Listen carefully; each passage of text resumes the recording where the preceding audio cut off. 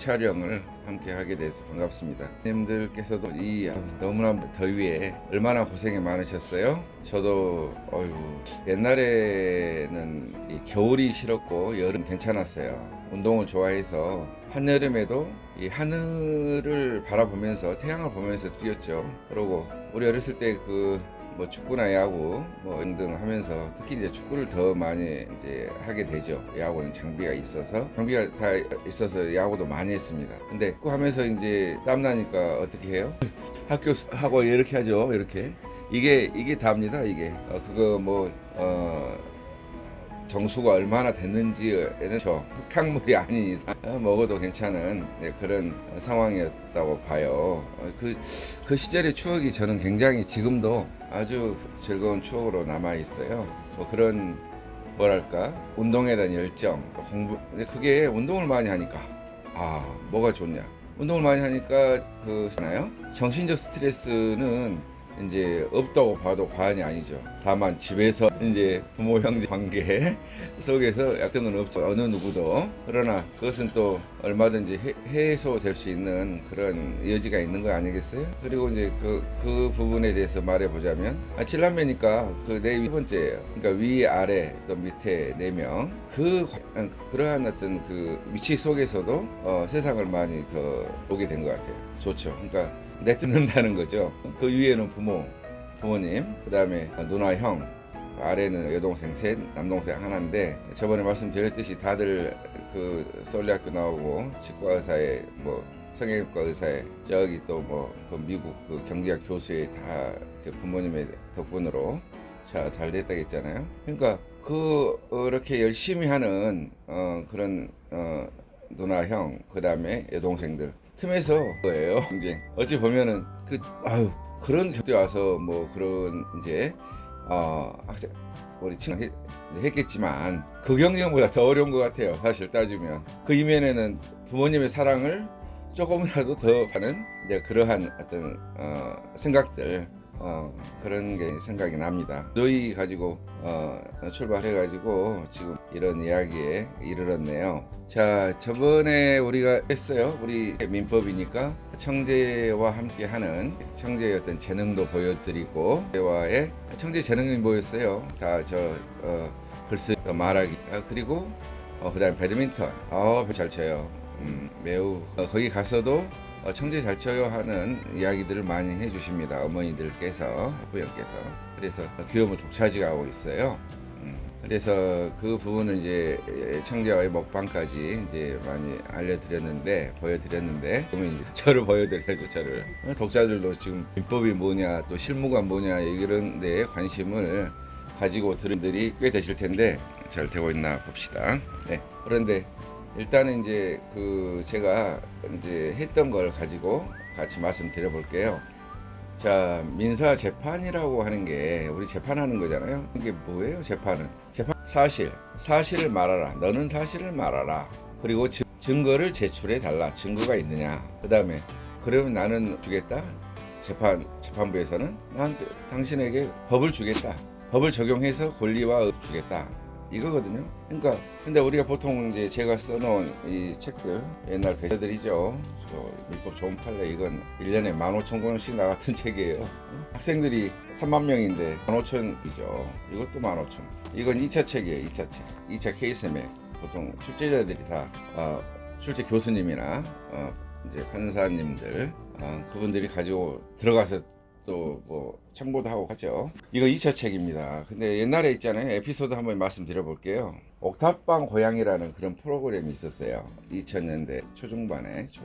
근데 거기에 이제 고시생이 있었나 봐요. 있었는데 그 사람들이 2차 시험을 사법시험은 1차와 2차가 있잖아요. 자, 이런 잠깐. 이 책은 1차의 베스트셀러고 이게 15,000부가 나왔던 그런 거고 한 몇 년 동안 연간. 그 다음에 이건 2차 책이에요. 2차 수험생은 한 2,000명가량 돼요. 거기서 300명인데 300 내지 500 나중에는 700, 1000까지 다니다. 근데 2차 시험을 보는 이제 주인공이 있는데 1차 책 이걸 구했나 봐요. 그 연출하는 분이 PD가 이거 구해와라. 그 신림동에서 어떤 책이 제일 나가냐 해서 이제 TV에 이제 올렸어요. 저한테 이야기를 하는 거예요. 선생님 그건 좋은데 이건 2차 책 이걸 해야 되는데 이걸 해서 저희들은 웃었습니다. 이제 그렇더라고요. 바빠서 저는 보지는 못했습니다. 그 테레비를. 예컨대 내가 했던 최근 사건은 사건에서 이제 그 당사자가 왔을 때는 사실을 이야기하겠죠. 그리고 자기들이 가지고 있는 서류들을 좀 잘 정돈하겠죠. 했더니 이제 뭐 건을 딱 보면 있잖아요. 이게 이길지 질지 다 압니다. 거의 그 90% 맞아요.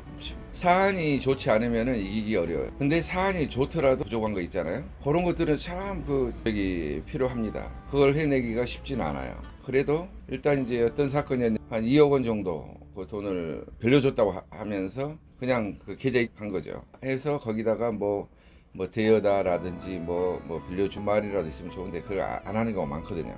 한 석 달간만 사용하겠다고 하니까. 그래서 야 이걸 어떻게 하느냐. 근데 이제 상대방 쪽에서는 이거 투자다 하면서 투자 관련 서류들을 엄청 많이 내놨어요. 내놨는데 그것은 나중에 그 석 달 동안 돈을 받아야 하는데 받지 못한 상황에서 비롯되는 이제 그런 어떤 부수적인 이야기다 해가지고 그런 것들 다 이제 상대방이 낸 증거를 오히려 우리가 원용을 해서 승소하는 사례가 있습니다.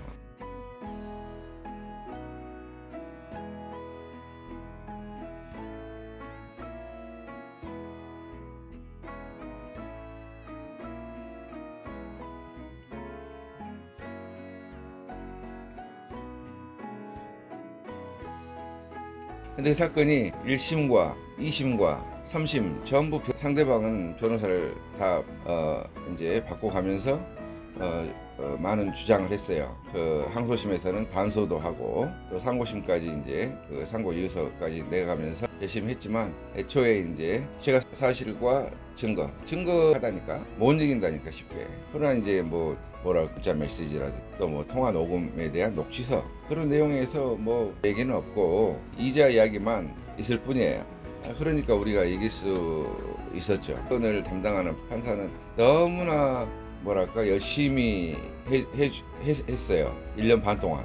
그게 2022년도 경에 시작해가지고 2020년 1월 달에 끝났으니 우리가 충분히 느낄 수 있었고 너무나 감사한데 여하튼 그 항소심에서도 상당히 상대방이 열심히 잘 싸웠어요. 사실과 증거이고 또 그러나 증거가 증거가 아니라 간접적인 것들 그리고 억울함을 호소하는 그 증거들에 불과했기 때문에 우리가 할 수 있었습니다. 근데 이런 사건은 이제 민사는 서부시험을 하면서 민잖아요. 어디에 나오냐면 8조에 소비대차가 나오고요. 소비대차, 금전기타 어떤 소비물을 그의 소유권에 이전하고 상대방은 동종, 동량, 동질의 것을 반환을 약정함으로써 그 효력이 생긴다 이렇게 되어 있는 거거든요. 금전만 소비대차가 아니야. 어떨 것 같아요? 쌀벌이 소비대차예요. 소비물. 그것도 이제 그 사용에 대한 대가가 이자죠. 또 이자에 대해서 쌀벌이 쌀벌이로 그 이자 내고 그렇잖아요. 저기 옛날에 전정, 분정, 황곡 이런 그 삼정문란 그게 있었어요. 그 정조 대왕 사후에 순조, 헌종, 철종 그다음에 이제 이 4대 60년간 어우 대단하죠. 그때 안동김씨 또 이런 식으로 해서 근데 황곡 곡식고 엄청나게 세금을 많이 받는 그런 거 곡식도 거기다가 쌀 온전한 거기다가 이상한 거 집어넣어가지고 하는 그런 아주 나쁜 매관매의 관리들이 부패할 수밖에 없죠. 모든 어떤 그 세금이나 이런 것들은 다 국민 몫이 돼버리고 그에 대한 사용 대가가 이자도 월 3부로 약정했던 건데 석 달만 쓰겠다라는 사건이었어요. 그러면 이분은 다 받을 수 있나요? 월 3부법이 현재 연 20%로 돼 있을 거예요. 우리 때는 25%였는데 옛날에 40%라고도 하죠. 이자 제한법이 연 40%. 그래서 그 사건에서 이자 그 지급됐다. 이거 이자 명목이다. 그 돈이 2억에 대해서 600만 원씩 예컨대 3번, 2번, 한 번 나가고 두 번 세 번째 이제 이자를 안 주니까 결국 이제 소송을 했는데, 그렇게 되면은 이제 그 원금 2억만 받아요. 이자 판결에서는 이자까지 받죠. 이자가 그러면 잘 봐보세요, 독자들. 원래 이자 약정에도 뭐 무이자다란 말이 없었다면은 그 변제기로 연 오픈에 이자를 줘야 돼요. 무이자라고 하지 않는 한.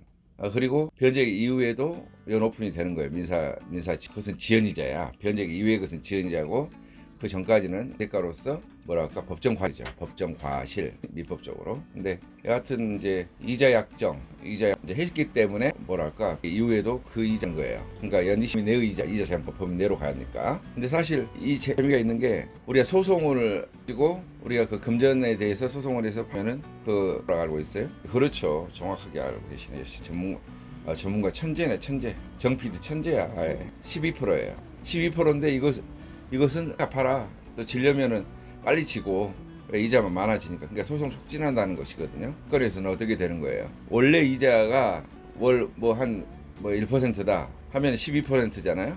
그럼 그치 12%. 근데 이자 약정 아예 안 했다 하더라도 소송하게 되면은 12% 된다는 거 아니에요. 이자 약정 안 해도 지연 이자가 말이에요. 근데 이 사건에서는 어떻게 돼요? 월 3%니까 12보다 더 많지. 20이 되지. 재밌죠? 36% 돼야 되는데 이제 제한법이 있으니까. 이게 바로 이거 뭐라고 하냐면은 금전채무 불칙이라고 해요. 금전채무를, 돈에 대한 채무를 이란 특별 규정. 뭐라고? 손해 지연이 돈을 갚았으니까 손해가 나는 거 아니에요. 나는 돈을 받아야 되는데 못 받으니까 그 차이가 바로 손해라는 개념이에요. 그럼 손해배상의 범위라고 하는 것은 통상손해니 특별손해니 해가지고 감정해야 될 일이에요. 감정사가. 근데 이것은 감정하지 않지. 돈이니까 정형화돼 있어요. 이율로. 근데 이때 이율이 보통 지연이자 뭐 12%가 되는데, 이것은 원래 정했던 약정이자 3%라는 이야기예요. 3%는 지나치다 해가지고 이자 제한법상 36%가 아니라 20%라는 이야기고, 그리고 그것이 정형화돼서 이야기예요. 그럼 아까와 같은 사례에서는, 자, 이 강의는 이제 첫 번째 실무 강의는 마치려고 해요. 자, 2억 원에 대해서 2020년 1월부터 시작했다고 합시다. 그럼 지금 2000년도 다 가는데 9월 1일이라고 생각해봐요. 그럼 얼마가 돼요 지금 이자가? 원금이 2억, 그다음에 이자 해서 2억에 20%면 4천만 원이죠. 2억 곱하기 4천만 원 월. 그리고 또 2023년도도 4천, 24년도도 4천, 25년도도 지금 4천은 아니고 한 3천 정도. 9월이니까 얼마가 되는 거야? 22, 23, 24가 그다음에 3천, 1억 5천. 그러니까 3억 5천 됐죠. 그렇게 된다고. 근데 해결하려면은 일단 그 채무자, 그러니까 돈을 갚아야 할 사람이 재산 없으면은 판결문 휴지나 돼버리죠. 그래서 위해서 그 사람이 어디에 월급 같은 걸 받는다면 월급 가압류도 하고, 급여 가압류라 하죠. 정피님도 이런 거 많이 해봤죠. 셀이 있기 때문에 또 가압류 선순위가 돼 있기 때문에 전액 받기가 어려워요. 들어가야죠. 가압류. 그다음에 또 유체동산, 집에 있는 거 뭐라도 처분하면서 압박을 해야죠. 그래서 하고 나서 또 뭘 해야, 그래도 그 형사 그러면 2억 정도에 못하고, 이건 이제 판결이 다 됐으니까, 확정됐으니까 얼마든지 해서 선소 가능성이 있죠. 형사 고소와 관련된 이야기 나중에 하고요. 일단 이건 이 강의는 이 정도로 말씀드릴게요. 실무 강의 좀 재밌었습니까? 예, 유익해요. 그래요. 예.